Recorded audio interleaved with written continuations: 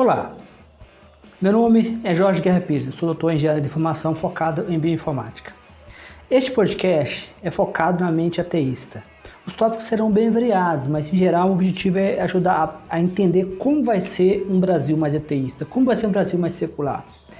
O que muito possivelmente será resolvido, quais são os conflitos atualmente que são criados por questões religiosas, dogmáticas. Então o objetivo é servir como um ponto de reflexão para ateístas ou pessoas que sejam interessadas na mente ateísta. Então, nosso objetivo é, em cada episódio, tratar de forma diferente ou de forma bem variada a mente ateísta. Inicialmente, eu vou produzir os episódios eu mesmo, mas nós vamos ter possivelmente convidados, qualquer pessoa que conheça um ateísta que tenha uma certa influência e queira sugerir para o podcast para ser entrevistado, para a gente bater um papo, ou até mesmo se você tiver qualquer influência no ateísmo brasileiro, que tem algum tipo de importância no mundo do ateísmo brasileiro, você está convidado a participar.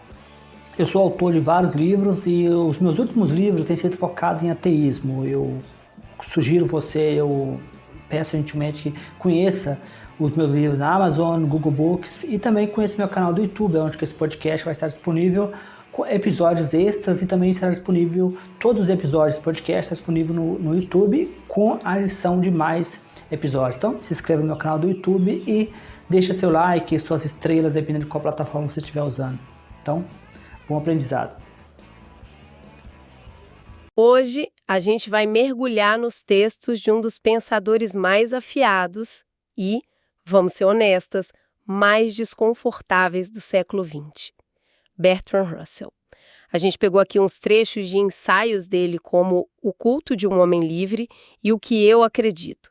E a nossa missão aqui é tentar entender uma ideia que para muita gente dá um nó na cabeça. Como é que se pode rejeitar a ideia de Deus sem cair num buraco de falta de sentido, no niilismo? Porque o Russell nega tudo. O Deus pessoal, o juiz moral, até uma suposta força cósmica racional. Parece a receita para o desespero, né? Mas para ele o caminho era outro. Vamos tentar entender que caminho é esse. Exato. E essa acusação de niilismo é talvez o maior espantalho que colocam na frente do pensamento dele. É um erro de leitura, assim, fundamental. O que o Russell propõe não é fácil, não é um afago na cabeça. É algo bem mais exigente. É a coragem de viver sem nenhuma garantia metafísica, sabe?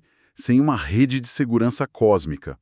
Ele olha de frente para o que a ciência da época dele mostrava um universo sem propósito, completamente indiferente à nossa existência. E é justamente desse ponto de partida, desse chão gelado, que a filosofia dele se torna tão potente e, na minha opinião, fascinante. Boa, então vamos começar desfazendo um erro bem comum que até quem gosta do Russell às vezes comete. Aquela ideia de que ele simplesmente troca uma coisa pela outra. Tira Deus e coloca no lugar a razão com R maiúsculo, ou a humanidade, ou o progresso. É quase um reflexo, né? Se tem um trono vazio, alguém tem que sentar. É um reflexo totalmente compreensível. A gente é treinado a pensar que precisa existir um fundamento final para tudo, uma pedra fundamental que sustenta o prédio todo. Mas o Russell não só tira a pedra. Ele questiona a necessidade do prédio ter essa única pedra, sabe? Ele rejeita a própria ideia de substituição. No ensaio O que Eu Acredito, ele é direto ao ponto. Quando o assunto é ética, o ser humano é a única autoridade. A natureza, o universo, chame do que quiser, não tem absolutamente nada a dizer sobre o que é bom ou ruim. É um silêncio total. Certo. Mas aí ele fala que a vida boa é aquela guiada pelo amor e pelo conhecimento. Isso sempre me deixou um pouco desconfiada.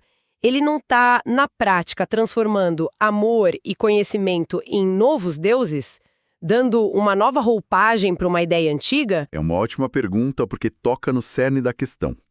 Mas a resposta dele é um sonoro não. Para Russell, amor e conhecimento não são divindades para a gente adorar. São ferramentas para a gente usar. Pensa assim, o amor é um motor, é a emoção que nos faz querer o bem-estar dos outros. É o porquê.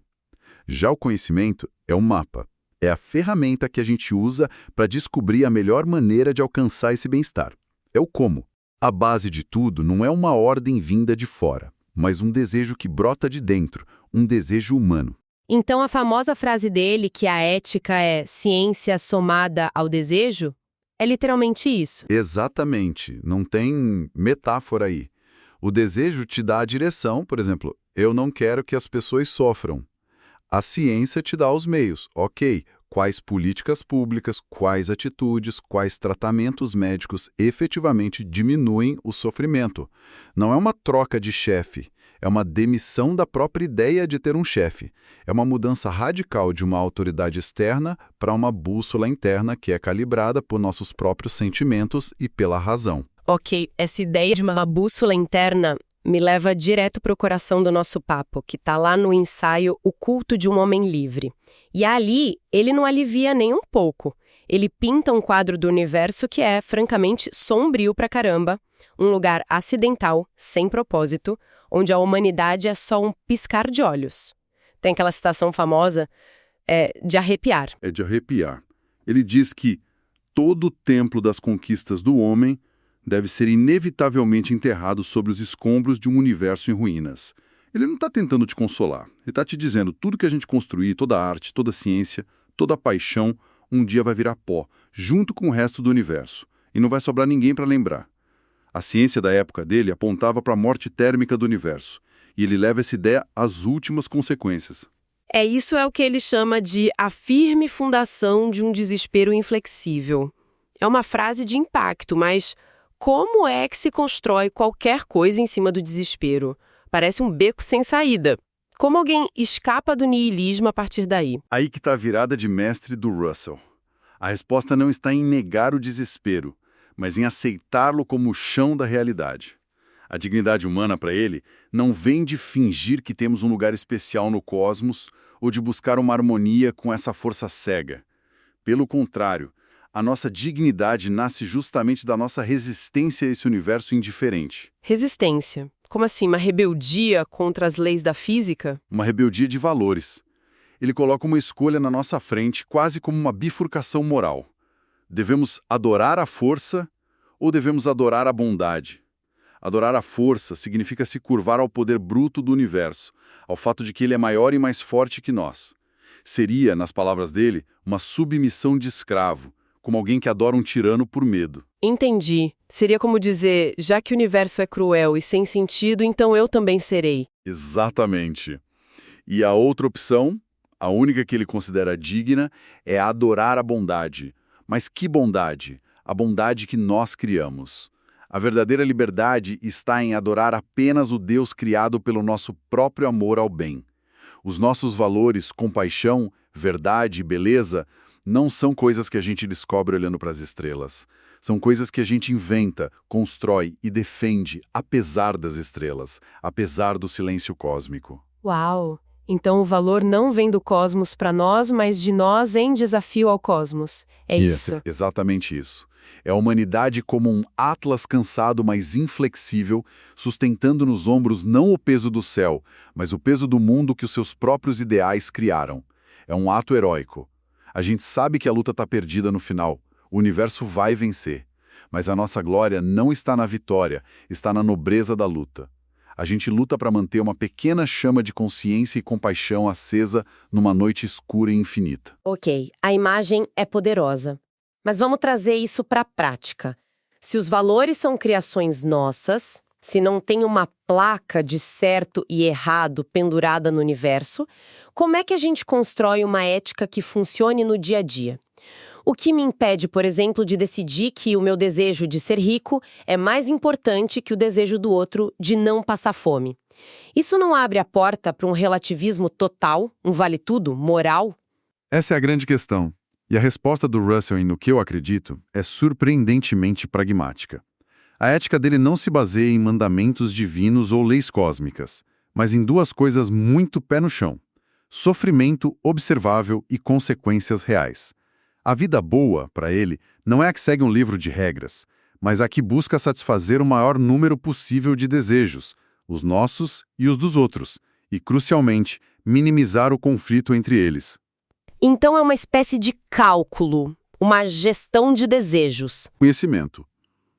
O amor, a empatia, nos faz querer levar em conta os desejos dos outros. O conhecimento nos ajuda a calcular a melhor forma de harmonizar esses desejos. Ele critica duramente as regras morais baseadas em superstição, que muitas vezes causam um sofrimento imenso sem nenhum benefício real. Você tem algum exemplo prático que ele usa? Sim, vários.